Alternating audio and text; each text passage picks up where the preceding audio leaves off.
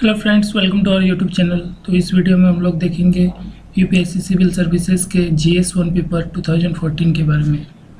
तो जैसा कि हम लोग जानते हैं कि ये 250 मार्क्स का होता है, 3 घंटे का टाइम मिलता है। ये आपका जनरल इंस्ट्रक्शन होता है, इसको आप एक बार ओवरव्यू भी कर लीजिए। और फिर हम लोग बेसिकली आपका क्वेश्चन पर फोकस ज़्यादा करेंगे। तो इसमें आपका 25 टोटल क्वेश्चंस हैं, जिसमें से आपको सब क्वेश्चन आपका कंपलसरी है। ईच क्वेश्चन आपका 10-10 मार्क्स का है और वर्ड लिमिट भी आपका दिया गया है इंस्ट्रक्शन में। ठीक है, तो चलिए हम लोग शुरू करते हैं। पहला क्वेश्चन है आपका, to what extent has the urban planning and culture of the Indus valley civilisation provided input to the present day urbanisation discuss. यह पूछा गया कि सिंधु घाटी सभ्यता की नगरीय आयोजना और संस्कृति ने किस सीमा तक वर्तमान युगीन नगरीकरण को निवेश प्रदान किए, चर्चा कीजिए। ठीक है, तो इसमें हम लोग को बेसिकली जो आपका सिंधु घाटी सभ्यता का और आज रिसेंट का मॉडर्न में आपका क्या मतलब दोनों का कंपैरिजन बताया गया है कि हम लोग वहाँ से क्या हम लोगों को सीखा है और अभी हम लोग उसको यूज़ कर रहे हैं। ठीक है, इसको और भी ज़्यादा इलस्ट्रेट किया जा सकता है। इसके लिए हिस्ट्री में हम लोगों के पास किताब है जिससे हम लोग रेफर कर सकते हैं। ठीक है, तो अब हम लोग अगले क्वेश्चन की ओर बढ़ते हैं। उसमें क्या है, क्वेश्चन नंबर 2 में। तो क्वेश्चन नंबर 2 में आपका बताया गया है, Gandhara sculpture owned as much to the Roman as to the Greeks explain। मतलब गांधार मूर्तिकला रोमन निवासी की उतनी ही ऋणी थी जितनी कि वह यूनानियों की थी, स्पष्ट कीजिए। इस पर भी आपको मतलब बताना है। देखिए, पहला वाला तो ये आपका जो हो गया कल्चर का क्वेश्चन है। ठीक है, सेकंड वाला भी आपका आर्ट एंड कल्चर का क्वेश्चन है। अब आगे बढ़ते हैं हम लोग क्वेश्चन नंबर 3 की ओर। क्वेश्चन नंबर 3 में आपका दिया गया है कि textile university was one of the oldest university of the world with which were associated a number of renowned learn personality of different discipline. Its strategic location caused its fame to flourish, but unlike Nalanda it is not considered as a university in the modern sense. Discuss. यहाँ बताया गया कि तक्षशिला जो विश्वविद्यालय है, तो इसके प्राचीनतम विश्वविद्यालय में से एक था, लेकिन इसके कारण विभिन्न शिक्षण विषयों के अनेक विख्यात विद्वानी व्यक्तित्व संबंधित थे। उसकी रणनीतिक अवस्थित के कारण उसकी कीर्ति फैली, लेकिन नालंदा के विपरीत उसे आधुनिक अभिप्राय में विश्वविद्यालय का दर्जा नहीं मतलब दिया जाता है, मतलब विश्वविद्यालय नहीं समझा जाता है। इस पर आपको मतलब अपना राय देना है। ठीक है, ये भी आपका 10 मार्क्स का क्वेश्चन है। नेक्स्ट क्वेश्चन की तो इससे पहले हम लोग आपको बता देना चाहते हैं कि ये क्वेश्चन आपका जो है तक्षशिला यूनिवर्सिटी के बारे में बताया गया है, जो कि एंशिएंट से है। नेक्स्ट है आपका, देखिए, the third battle of Panipat was fought in 1761। Why were so many empire seeking battles fought at Panipat. मतलब पानीपत का तीसरा युद्ध 1761 में हुआ था। ठीक है, तो क्या कारण है कि इतनी अधिक साम्राज्य प्रकंपी लड़ाइयाँ पानीपत में ही लड़ी गई थी। ठीक है, तो इसके बारे में आपको लिखना है। ये आपका मॉडर्न हिस्ट्री से क्वेश्चन है, इसको हम लोग रेफर कर सकते हैं। आपका स्पेक्ट्रम किताब में दिया हुआ है, और जिसका आपको नोट्स वगैरह बनाने में प्रॉब्लम होता है, आप लोग गूगल में सर्च करके भी देख सकते हैं और उसका शॉर्ट नोट्स बना सकते हैं। अगर आप एक ईयर के क्वेश्चन सॉल्व करते हैं तो उससे आपको 25 टॉपिक्स प्रिपेयर हो जाएंगे। ठीक है, फिर नेक्स्ट क्वेश्चन की ओर बढ़ते हैं। Sufis and medieval mystic saints failed to modify either the religious ideas and practice or the outward structure of Hindu-Muslim society to any appreciable extent. Comment. सूफी और मध्यकालीन रहस्यवादी सिद्ध पुरुष, इसी के संत हिंदू मुसलमान साम्राज्यों के धार्मिक विचारों और रीतियों को या उनकी बाह्य संरचना को पर्याप्त सीमा तक रूपांतरित करने में विफल रहे, इस पर टिप्पणी करना है। ठीक है, ये आपका मेडिवल इंडिया से रिलेटेड क्वेश्चन है। अब अगला क्वेश्चन में दिया गया है 6 में, examine critically the various facet of economic policy of the British in India from mid 18th century till independence. ठीक है, यहाँ पर भारत में 18वीं शताब्दी के मध्य से स्वतंत्रता तथा अंग्रेजों की आर्थिक नीतियों के विभिन्न पक्षों का समालोचनात्मक परीक्षण करने बोला गया है। ठीक है, ये भी आपका अच्छा क्वेश्चन है, ये आपका मॉडर्न हिस्ट्री से आपका क्वेश्चन है। नेक्स्ट क्वेश्चन की ओर बढ़ते हैं। तो क्वेश्चन नंबर 7 में क्या है, in what ways did the naval mutiny. देखिए, नवल म्यूटिनी आपका बहुत इंपॉर्टेंट टॉपिक है, इससे पूछता ही है आपका। ठीक है, to be the last nail in the coffin of the British colonial aspirations in India. मतलब किन प्रकारों से नौसैनिक विद्रोह भारत में अंग्रेजों की औपनिवेशिक आकांक्षाओं की शव पेटिका में लगी अंतिम कील साबित हुआ था। ठीक है, इस पर आपको कमेंट करना है। ये भी आपका मॉडर्न हिस्ट्री का क्वेश्चन है। अगला क्वेश्चन की ओर बढ़ते हैं। अगला क्वेश्चन 8 में क्या है, what were the major political, economic and social development in the world which motivated the anti colonial struggle in India. मतलब क्या पॉलिटिकल, इकोनॉमिकल और सोशल डेवलपमेंट मतलब क्या था कि जिसके कारण आपका जो मोटिवेट किया एंटी कॉलोनियल स्ट्रगल स्प्रेड में, मतलब स्प्रेड किया पूरा वर्ल्ड वाइड। वही यहाँ बताया गया, विश्व में घटित कौन सी मुख्य राजनीतिक, आर्थिक और सामाजिक गतिविधियों ने भारत में उपनिवेश विरोधी एंटी कॉलोनियल संघर्ष को प्रेरित किया। ठीक है, ये क्वेश्चन नंबर 8 में था, ये भी आपका 10 मार्क्स का है। अगले क्वेश्चन की ओर बढ़ते हैं। 9 में क्या है, no what were the events that led to the Suez crisis in 1956। आपका 1956 में स्विस क्राइसिस किस इवेंट के कारण हुआ था। How did it deals a final blow to British self image as a world empire. ठीक है, तो यहाँ वही बात पूछा गया यहाँ हिंदी में भी, 1956 में स्वेज संकट को पैदा करने वाली घटनाएं क्या थी। उसने एक विश्व शक्ति के रूप में ब्रिटेन के आत्मछवि पर किस प्रकार अंतिम प्रहार किया था, इस पर आपको बताना है। ये भी आपका मॉडर्न हिस्ट्री से क्वेश्चन है, इसको हम लोग स्पेक्ट्रम से रेफर कर सकते हैं। अगले क्वेश्चन में आपका 10 में, the new economic policy 1921 of Lenin had influence the policies adopted by India soon after independence. Evaluate मतलब लेनिन की नव आर्थिक नीति 1921 में ने स्वतंत्रता के शीघ्र पश्चात भारत द्वारा अपनाई गई नीतियों को प्रभावित किया था। मूल्यांकन कीजिए। ठीक है, तो ये भी आपका मॉडर्न हिस्ट्री का क्वेश्चन है, क्वेश्चन नंबर 10। अब अगले क्वेश्चन की ओर अगर हम लोग बढ़ते हैं तो उसमें देखते हैं क्या ना, how did patriarchy impact the position of middle class working women in India. मतलब भारत में एक मध्यवर्गीय कामकाजी महिला की अवस्थिति को पितृतंत्र किस प्रकार प्रभावित किया करता है। ठीक है, इस पर टिप्पणी करना है। इसमें देखिए पैट्रियार्की, इस पर आपका हर साल क्वेश्चन आ रहा है। ठीक है, 13 में भी देखा था पैट्रियार्की पे क्वेश्चन था, और ये 14 में भी हम लोग यही डिस्कस कर रहे हैं। ठीक है, अब हम लोग अगले क्वेश्चन की ओर बढ़ते हैं। 12 में क्या है, why do some of the most prosperous religion of India have adverse sex ratio for women, give your argument. मतलब क्या कारण है कि भारत के कुछ अत्यधिक समृद्ध प्रदेशों में महिलाओं के लिए प्रतिकूल स्त्री पुरुष अनुपात है, अपने तर्क पेश कीजिए। ठीक है, तो यहाँ आपको अपने वर्ड में लिखना है। ठीक है, नेक्स्ट क्वेश्चन में हम लोग क्या देखते हैं, ये आपका बेसिकली आपका वुमेन जो आपका सिलेबस में दिया गया है उसी से टॉपिक से रिलेटेड क्वेश्चन है। ठीक है, नेक्स्ट में हम लोग अगर आगे बढ़ते हैं तो 13 में क्या दिया गया, तो the life cycle of a joint family depend on economic factor rather then the social value. मतलब लाइफ साइकिल जो रहता है जॉइंट फैमिली का वो डिपेंड करता है आपका इकोनॉमिक फैक्टर में ज़्यादातर, मतलब सोशल वैल्यू से भी ज़्यादा। इस पर डिस्कस करना है। इसी को हिंदी में बताया गया, संयुक्त परिवार का जीव चक्र सामाजिक मूल्यों के बजाय आर्थिक कारकों पर निर्भर करता है। इस पर चर्चा कीजिए। ठीक है, ये भी बहुत अच्छा क्वेश्चन है, इसको लिखा जा सकता है। फिर नेक्स्ट क्वेश्चन आपका 14 में क्या आ रहा है कि discuss the various economic and socio cultural forces that are driving increasing feminisation of agriculture in India. मतलब जितने भी आपके इकोनॉमिक और सोशियो कल्चरल फोर्सेस हैं उसके बारे में बताना है जो कि आपका फेमिनाइजेशन को मतलब बढ़ावा दे रहा है एग्रीकल्चर में।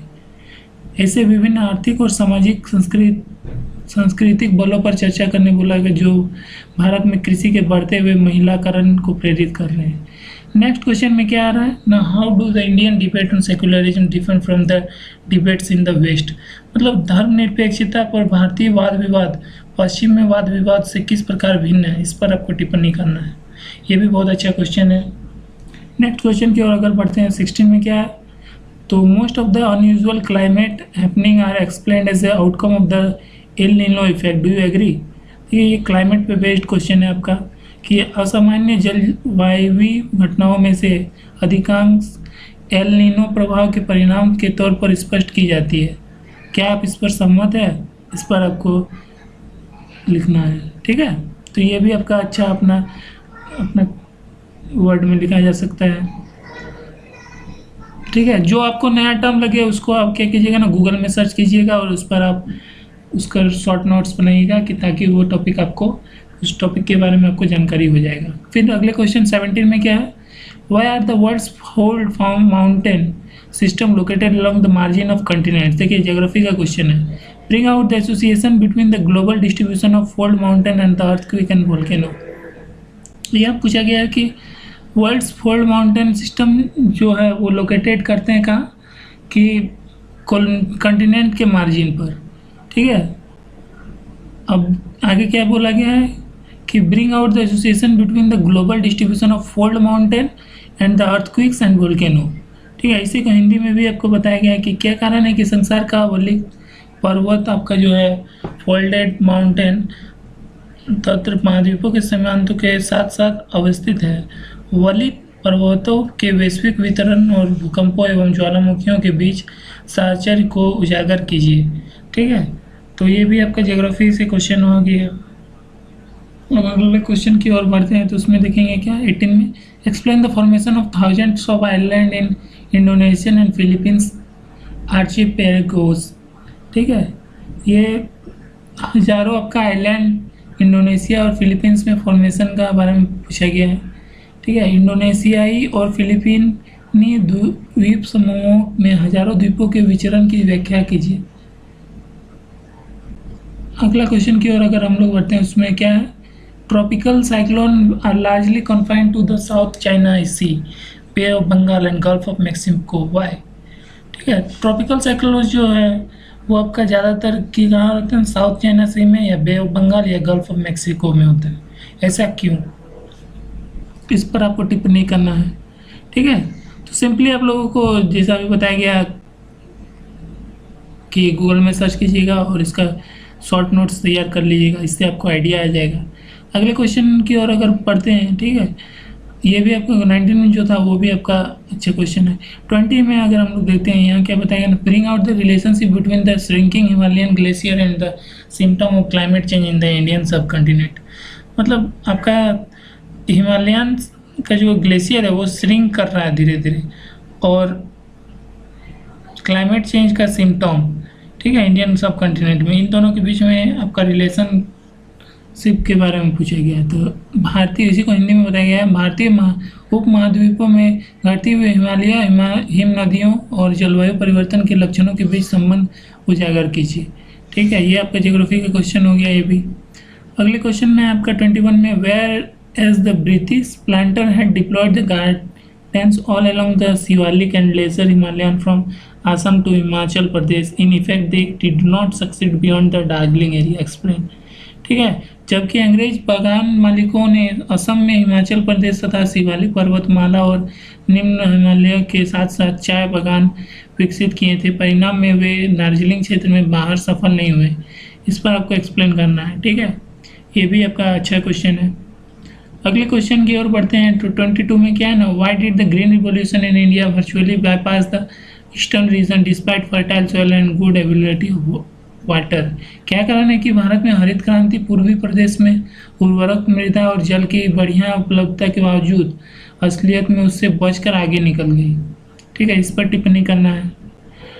अगले क्वेश्चन की ओर बढ़ते हैं 23 में क्या है ना, account for change in the spatial pattern of the iron and steel industry in the world. ये भी आपका ज्योग्राफी से क्वेश्चन है।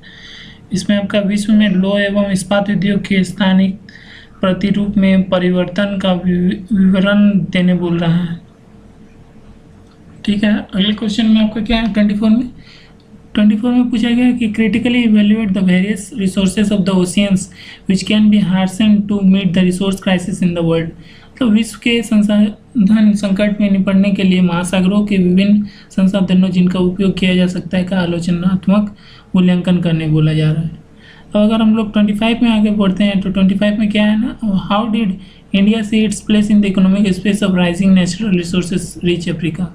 उभरते प्राकृतिक संसाधन समृद्ध अफ्रीका के आर्थिक क्षेत्र में भारत अपना क्या स्थान देखता है, इस पर आपको बताना है। ठीक है, तो ये भी आपका बहुत अच्छा क्वेश्चन है। अब हम लोग क्वेश्चन में डिफिकल्टी लेवल की ओर बढ़ते हैं कि किसको आसानी से किया जा सकता है, ठीक है, और किसका क्या डिफिकल्टी लेवल है। तो सबसे पहले हम लोग क्वेश्चन नंबर 1 की ओर चलते हैं। देखिए यहाँ जैसे कि क्वेश्चन नंबर 1 में पूछा गया था, यह आर्ट एंड कल्चर का क्वेश्चन था, इंडस वैली सिविलाइजेशन के बारे में। सिंधु घाटी सभ्यता की नगरीय आयोजना और संस्कृति ने किस सीमा तक वर्तमान युगीन नवीकरण को निवेश प्रदान किए हैं। ठीक है, तो ये आपका easy to moderate level question है, इसको आसानी से किया जा सकता है। अगला क्वेश्चन है आपका, Gandhara sculpture owned as much to the Romans as to the Greeks, इसको एक्सप्लेन करना, ये आपका मॉडरेट लेवल क्वेश्चन है। नेक्स्ट क्वेश्चन में तक्षशिला यूनिवर्सिटी के बारे में जो आपका क्वेश्चन था, ठीक है, कि वो one of the oldest industry है, फिर भी इसको ऐसा माना नहीं जाता है, क्यों, ये भी आपका easy to moderate level question है और ये इंटरेस्टिंग क्वेश्चन भी है। नेक्स्ट क्वेश्चन में आपका क्या था ना, पानीपत का लड़ाई 1761 में हुआ था, लेकिन उस समय ऐसा क्या था कि पानीपत में ही ज़्यादा सब पसंद करते थे वहीं पर युद्ध करना, इस पर, तो ये भी आपका मॉडरेट लेवल क्वेश्चन है।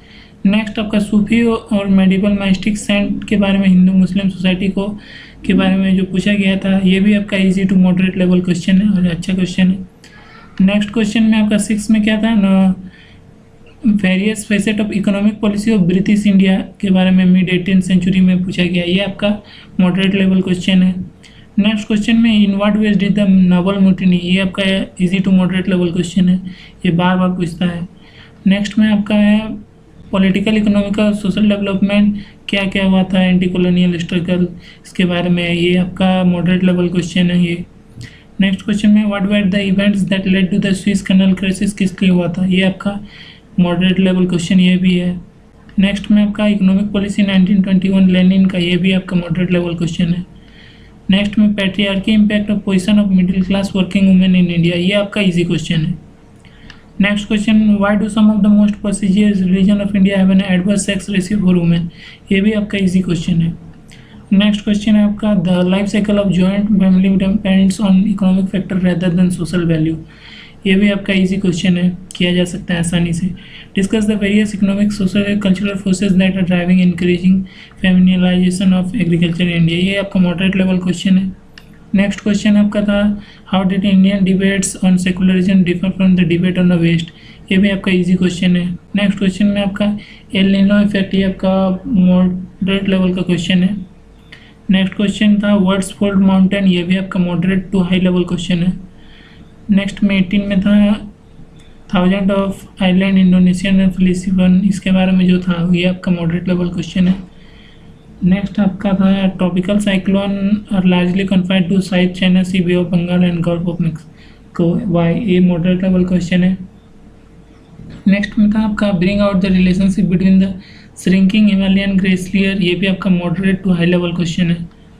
21 में था whereas the British planter had develop in garden all along the Shivalik and lesser Himalaya from Assam to Himachal, in effect they did not succeed beyond in the Darjeeling area, why, ये आपका easy to moderate level question है। Next में green revolution के बारे में जो question था वो इजी लेवल क्वेश्चन था। 23 में अगर हम लोग देखते हैं तो ये भी आपका इजी क्वेश्चन है।